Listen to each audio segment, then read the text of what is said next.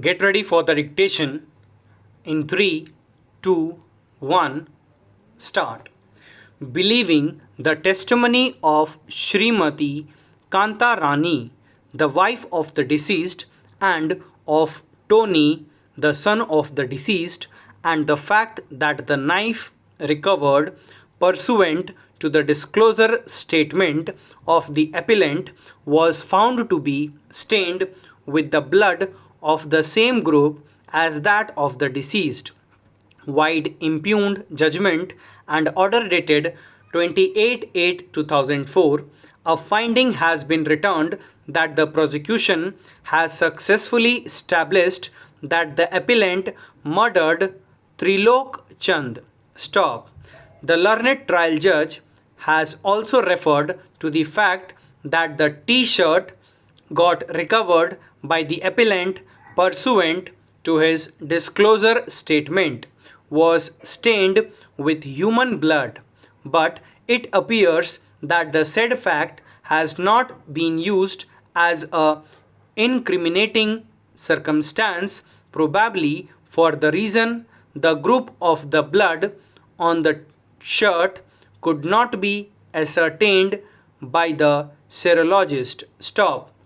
At the hearing of the appeal, learned counsel for the appellant urged that the wife and the son of the deceased were planted witnesses and could not have been a witness to the crime. Stop.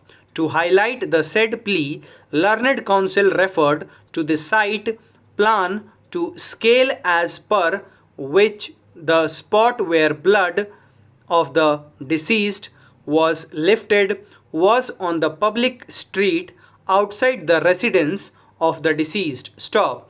It was urged that the wife and the son of the deceased deposed that the deceased was assaulted inside the house. Stop.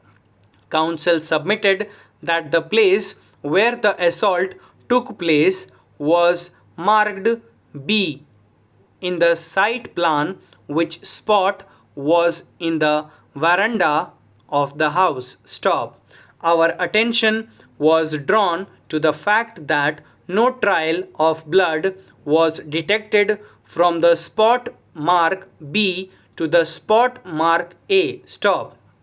As a limb of this submission, it was urged that the post-mortem report of the deceased showed injuries on the chest, but the two witnesses stated that the appellant stabbed the deceased in the abdomen. Stop. It was thus urged that it was apparent that the two witnesses had not witnessed the assault. Stop. The third limb of this submission was that neither the wife nor the son rescued the deceased by removing him to the hospital as was expected from the wife and the son. It was submitted that this circumstance also establishes that neither the wife nor the son were near the deceased when he was stabbed. Stop. The second point urged to discredit the testimony of the wife and the son of the deceased was by highlighting the improvements made by the two vis-a-vis the statements made by them before the police. Stop. Thirdly, it was urged that there were material contradictions and variations inter se the testimony of the wife and the son of the deceased, in reference whereto it was urged that none of them could be believed as regards their version of the crime. Stop. Lastly, on the issue of recovery of the knife at the instance of the appellant, it was urged that no independent witness was associated in the recovery.